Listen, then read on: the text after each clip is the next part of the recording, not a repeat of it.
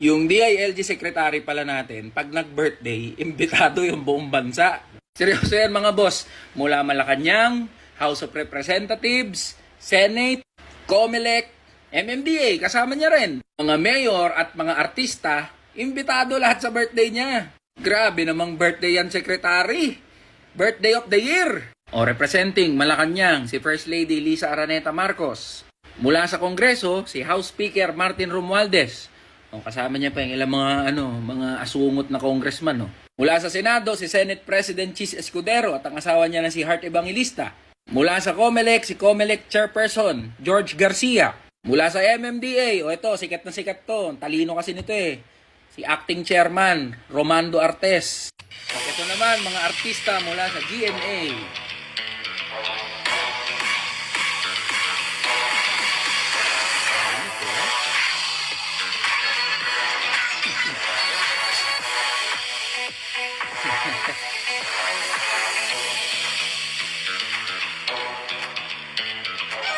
Yang birthday ni Secretary Benher Abalos ay ginanap 2 days ago sa may EDSA Shangri-La. Wow, high-end na hotel. Hindi ko sinasabi na masama mag-birthday. Lahat ng tao masaya pag may birthday party at birthday celebration. At okay lang na mag-imbita ng mga kaibigan, kamag-anak, kahit mga katrabaho. Pwede naman eh. Okay na magsaya, mag-inom, magliwaliw. Minsan lang dumating ang birthday eh. Yun ay kung private citizen ka. Eh ang problema, secretary ka ng DILG. You are a public official, more so, a public servant. Ito mismo ang problema sa mga public official natin. Ang daming oras na mag-party, magpa-concert, gumawa ng kung ano-anong mga event, na para bang hindi mga public servant at walang pananagutan sa mamamayan. Sasabihin nyo, birthday naman ng tao, anong masama? Hindi na lang nabubuhay ang mga public servant na yan, yung mga opisyal ng gobyerno para sa sarili nila.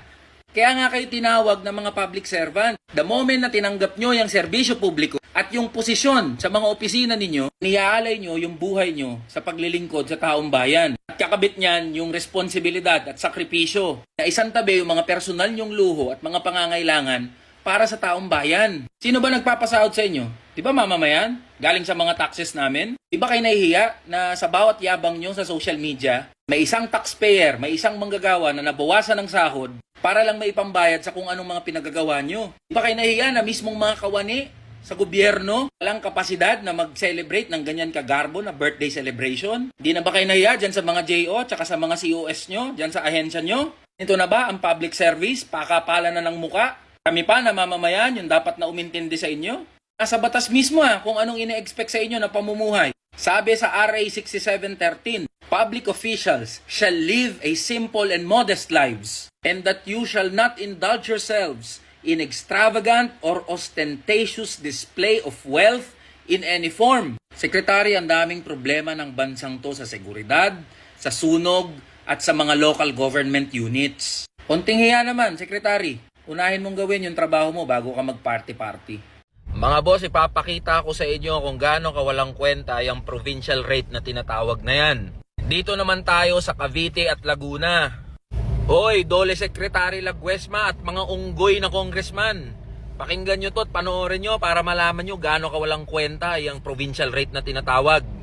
Nandito ako sa Zapote, border ng Cavite at Las Piñas. Sa likod ko, Las Piñas yan. Sa likod ko, Cavite na yan.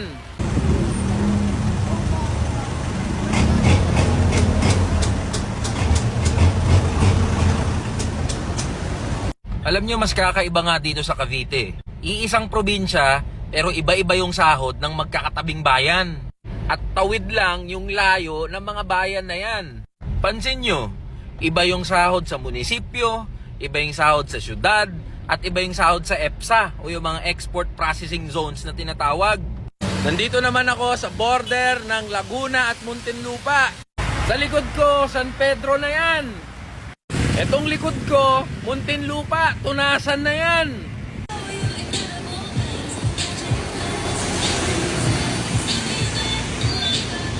Kita nyo gaano kawalang kwenta yung provincial rate na tinatawag na yan?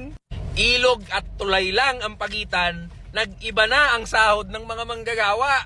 Alam nyo mga boss, hindi ko na talaga alam kung paano ipapaintindi sa matatalinong utak ng mga congressman at ng dole secretary natin kung bakit walang kwenta at walang logic yung Wage Rationalization Act o yung batas kung bakit may provincial rate. Anong argumento gagamitin nyo? Magkaiba yung cost of living sa probinsya tsaka sa NCR? Bakit? Doon ba sa tawid ng tulay, nag-iba ba yung presyo ng bilihin? Nag-iba ba yung presyo ng gas, kuryente tsaka tubig? Kadalasan, mas mahal pa ang presyo ng mga bilihin at serbisyo sa mga probinsya kaysa sa NCR. Kaya pag nawala yung provincial rate, malaki ang pakinabang ng lahat ng manggagawa. Mapa NCR, Luzon, Visayas o Mindanao. Kasi hindi na kailangan magsiksikan sa Metro Manila ng mga manggagawa para lang kumita ng mas malaki. Kung ayaw nyo naman talaga makinig at di naman kayo naniniwala na dapat tanggalin na yung provincial rate, di hinahamon namin kayo na ibaba yung mga sahod nyo papuntang minimum wage, tapos gawin din nating provincial rate. Tignan ko kung di rin kayo maunang magreklamo. Akala nyo kasi biro yung paghihirap ng mga manggagawa, lalong-lalo na yung mga minimum wage earner. Hindi debatable ang paghihirap ng mga manggagawang Pilipino. Kahit saan pa tayo mapunta at kahit saan tayo magdebate, hindi sapat ang sahod ng mga manggagawa para makabuhay sa isang pamilya sa isang buong araw.